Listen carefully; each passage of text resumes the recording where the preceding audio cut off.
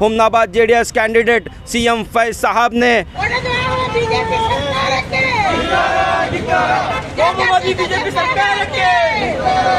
मुस्लिम category का जो 2B 4% reservation था, वो रिजर्वेशन हटाने पर रिजर्वेशन से नाराज होते हुए Humnabad JDS candidate CM Faiz साहब ने 2B रिजर्वेशन जो मुसलमानों को कैसे अफेक्ट किया जाए, क्योंकि बीजेपी सरकार अगर कभी भी देखी, कहीं भी देखी, इनके पास कोई मुद्दे नहीं है सिवाय धर्म के।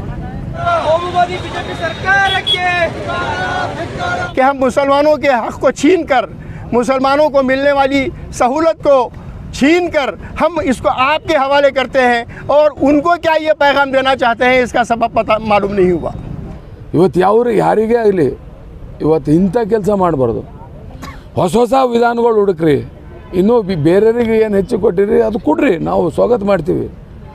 Welcome to Indian news. मैं हूँ गयासुद्दीन। आज इस वक्त हम बीदर में, आप देख सकते हैं कि इस वक्त हम जो मौजूद हैं डीसी ऑफिस में, आपको हम बताते चले कि जो मुस्लिम कैटेगरी का जो 2B 4% रिजर्वेशन था, वो रिजर्वेशन हटाने पर यहाँ पर जेडीएस पार्टी की ओर से यहाँ पर देख सकते हैं कि आप प्रोटेस्ट निकाला गया है। प्रोटेस्ट निकालते हुए बीदर डीसी को एक मेमोरेंडम दिया गया है। तो आप देख सकते हैं कि किस तरीके से बीदर एमएलए बंडप्पा कासिमपुरे साहब सीएम फैज साहब ने मेमोरेंडम देते हुए कि इसी रिजर्वेशन से नाराज़ होते हुए Humnabad JDS candidate CM Faiz साहब ने मीडिया से बात करते हुए नाराज़ होते हुए क्या क्या कहे, आइए हम आपको बताएंगे। आज हालत कर्नाटक के ऐसे हो गए कि इलेक्शन के प्रोसेस जहन में रखकर गवर्नमेंट पूरे अवाम में एक हिसाब से डिस्टर्बेंस क्रिएट करने के लिए सबसे एक बड़ा उनको एक मिल गया है कि 2B रिजर्वेशन जो मुसलमानों को कैसे अफेक्ट किया जाए, क्योंकि बीजेपी सरकार अगर कभी भी देखी, कहीं भी देखी, इनके पास कोई मुद्दे नहीं है सिवाय धर्म के। जाति धर्म करके, धर्म के माध्यम से ये वोट लेने की कोशिश करते हैं।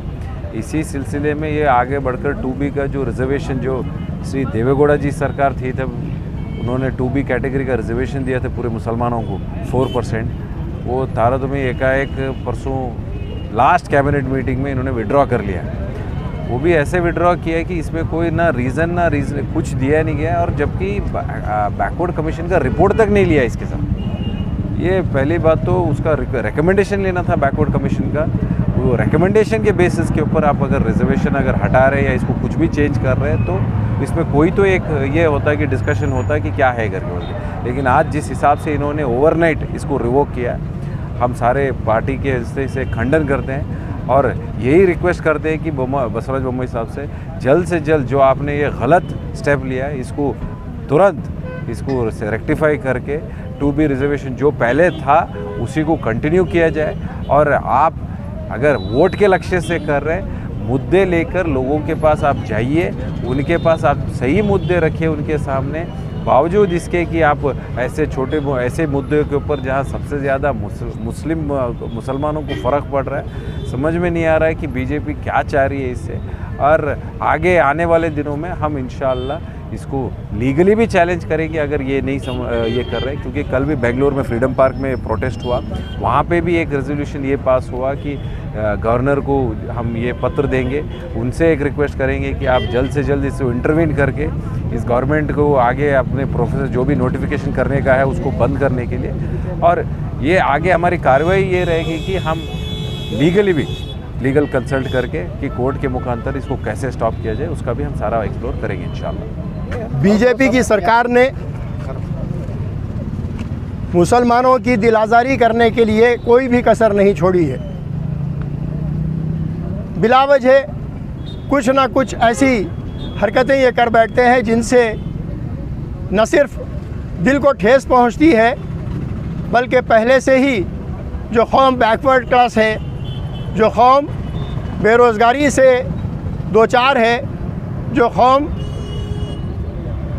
माशी बहरान का शिकार है, ऐसी कौम को बार बार ये एहसास दिलाने की कोशिश की जाती है कि अब तुम्हारा इस मुल्क में कोई अमल दखल नहीं होगा, कोई आपका हिस्सा नहीं होगा, कोई आपका पुरसान हाल नहीं होगा। इसी सिलसिले की एक कड़ी के रूप में 2B रिज़र्वेशन जो सिर्फ और सिर्फ बैकवर्ड क्लासेस में भी ख़ास तौर पर मुसलमान कौम को 2B के तहत 4% का रिज़र्वेशन दिया गया था। उस रिज़र्वेशन को बिला वजह, बग़ैर कोई वजह बताए और बग़ैर किसी सबब के कैबिनेट के अंदर उसको लाया जाता है और 2B के जो दिए हुए रिज़र्वेशन थे उसको मनसूख कर दिया जाता है सरकार की जानिब से। और फिर तमाशा ये हुआ उसमें कि मुसलमानों से उसका रिज़र्वेशन छीनकर, उसका हक़ छीनकर उसको 2 हिस्सों में तकसीम करके एक हिस्सा 2% की शक्ल में लिंगायत तबके को देने का ऐलान करती है बीजेपी और 2% बक्कलीगा कम्युनिटी को देने का ऐलान करती है। ये किस वजह से ऐसा कर रही है इसका सबब मालूम नहीं हो सका।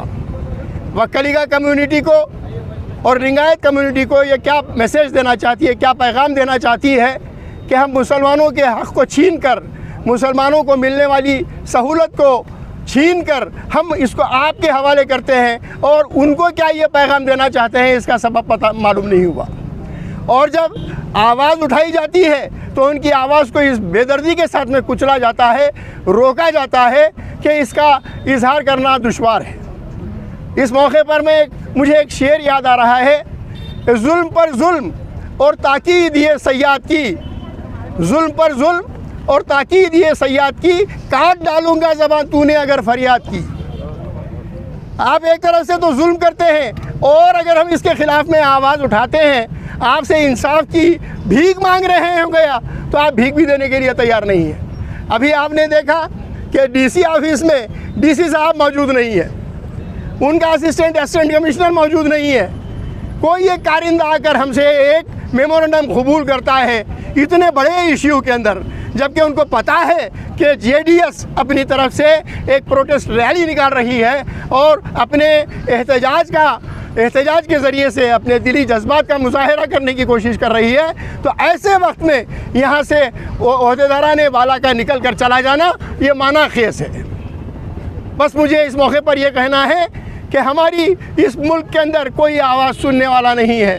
अगर कोई है तो हमारे ख़्याल से इस वक्त एक ही आवाज़ हमको जो समझ में आ रही है, एक ही ताकत जो हमको समझ में आ रही है, वो कुमार स्वामी की ताकत है, जनता दल की ताकत है, जिस पर हमको भरोसा है और वो माइनॉरिटीज़ के आपके मफादात का तहफ़्फ़ुज़ करेगी। बहुत बहुत शुक्रिया। 1994ರಲ್ಲಿ ಏನು ಮಾನ್ಯ ದೇವೇಗೌಡರು ಮುಖ್ಯಮಂತ್ರಿ ಆದಾಗ ಇಡೀ ದೇಶದಲ್ಲೇ ಯಾರು ಅಲ್ಪಸಂಖ್ಯಾತರು ಮುಸ್ಲಿಂ ಬಾಂಧವರಿಗೆ 4% ರಾಜ್ಯದಲ್ಲಿ ರಿಸರ್ವೇಷನ್ ಕೊಟ್ಟು ಮತ್ತದು ಯಾವುದೂ ಚಾಲೆಂಜ್ ಆಗಲಿಲ್ಲ, ಎಲ್ಲ ಕೋರ್ಟು ಗೀಟು ಎಲ್ಲ ಮಾನ್ಯತೆ ಕೊಟ್ಟು ಅವತ್ತಿಂದ ಹಿಡಿದು ಇವತ್ತಿನ ತನಕ ಆ ಜನರಿಗೆ ಏನದಲ್ಲ ರಿಸರ್ವೇಷನ್ ಮುಖಾಂತರ ಸವಲತ್ತುಗಳು ಸಿಕ್ಕೋತು ಬಂದಿದೆ. ಇವತ್ತು ಇವರು ಏನು ದಿಢೀರ್ನೆ, ಯಾಕಂದ್ರೆ ಅವ್ರಿಗೆ ಗೊತ್ತಿದೆ BJPಗೆ ಅಲ್ಪಸಂಖ್ಯಾತರು ಓಟ್ ಬರಲ್ಲ, ಇವರು ವೋಟ್ ಬ್ಯಾಂಕ್ ಪಾಲಿಟಿಕ್ಸ್ ಮಾಡ್ತಾರೆ ವಿನ ಇನ್ನೊಂದು ವರ್ಗಕ್ಕೆ ಎಲ್ಲಿ ಭಾಳ ವೀಕ್ ಗೊತ್ತಾಯ್ತಾ ಅಂಥವ್ರಿಗೆ ಇವತ್ತು ರಿಸರ್ವೇಷನ್ ಕೊಡೋ ಮುಖಾಂತರ ಇವತ್ತು ದೇವೇಗೌಡರು ನ್ಯಾಯ ಒದಗಿಸಿದ್ರು. ಅಂಥದ್ದೇನದಲ್ಲ ಈ ಸಚಿವ ಸಂಪುಟನಾಗ ಕಿತ್ತಾಕಿದ್ದು ಇವತ್ತು ಎಲ್ಲರಿಗೆ ನೋವು ತಂದಿದೆ. ಇದು ಖಂಡನೆ. ಇವತ್ತು ಯಾರಿಗೇ ಆಗಲಿ ಇವತ್ತು ಇಂಥ ಕೆಲಸ ಮಾಡಬಾರ್ದು. ಹೊಸ ವಿಧಾನಗಳು ಹುಡುಕ್ರಿ, ಇನ್ನೂ ಬೇರೆಯವರಿಗೆ ಏನು ಹೆಚ್ಚು ಕೊಟ್ಟಿರಿ ಅದು ಕೊಡ್ರಿ, ನಾವು ಸ್ವಾಗತ ಮಾಡ್ತೀವಿ, ಅದಕ್ಕೇನು ಬೇರೆ ಮಾತಿಲ್ಲ. ತಕ್ಷಣ ಬೊಮ್ಮಾಯಿಯವರು ಏನು ರಿಸರ್ವೇಷನ್ ನೀವು ತೆಗೆದಾಕಿದ್ರಿ ಅಲ್ಪಸಂಖ್ಯಾತರಿಗೆ ಇದು ವಾಪಸ್ ತಗೋಬೇಕು, ಯಥಾಗತ ಅದೇ ಕಾಯಂಗೊಳಿಸಿ ಮುಂದುವರಿಸಬೇಕು ಎಂಬ ನಿಟ್ಟಿನಲ್ಲಿ ಇವತ್ತೇನು ನಮ್ಮದೆಲ್ಲ ಅಲ್ಪಸಂಖ್ಯಾತರು ಮುಖಂಡರು, ನಮ್ಮ JDS ಮುಖಂಡರು ಇವತ್ತು ನಾವೆಲ್ಲ ನಮ್ಮ ಪಕ್ಷದ ಪರವಾಗಿ ಇವತ್ತು ಮಾನ್ಯ ಜಿಲ್ಲಾ ಅಧಿಕಾರಿಗಳ ಮುಖಾಂತರ ಇವತ್ತು ರಾಜ್ಯ ಸರ್ಕಾರಕ್ಕೆ, ಗವರ್ನರ್ರಿಗೆ ಎಲ್ಲರಿಗೆ ನಾವು ಮನವಿ ಕೊಡ್ತಾಯಿದ್ದೀವಿ. ಇದು ತಕ್ಷಣ ಬೊಮ್ಮಾಯಿಯರು ಏನೋದಲ್ಲ ಅದು ವಾಪಸ್ ಪಡಿಬೇಕು ಎಂಬ ನಿಟ್ಟಿನಲ್ಲಿ ತಮ್ಮ ಮುಖಾಂತರ ನಾನು ಹೇಳಕ್ಕೆ ಬಯಸ್ತೀನಿ.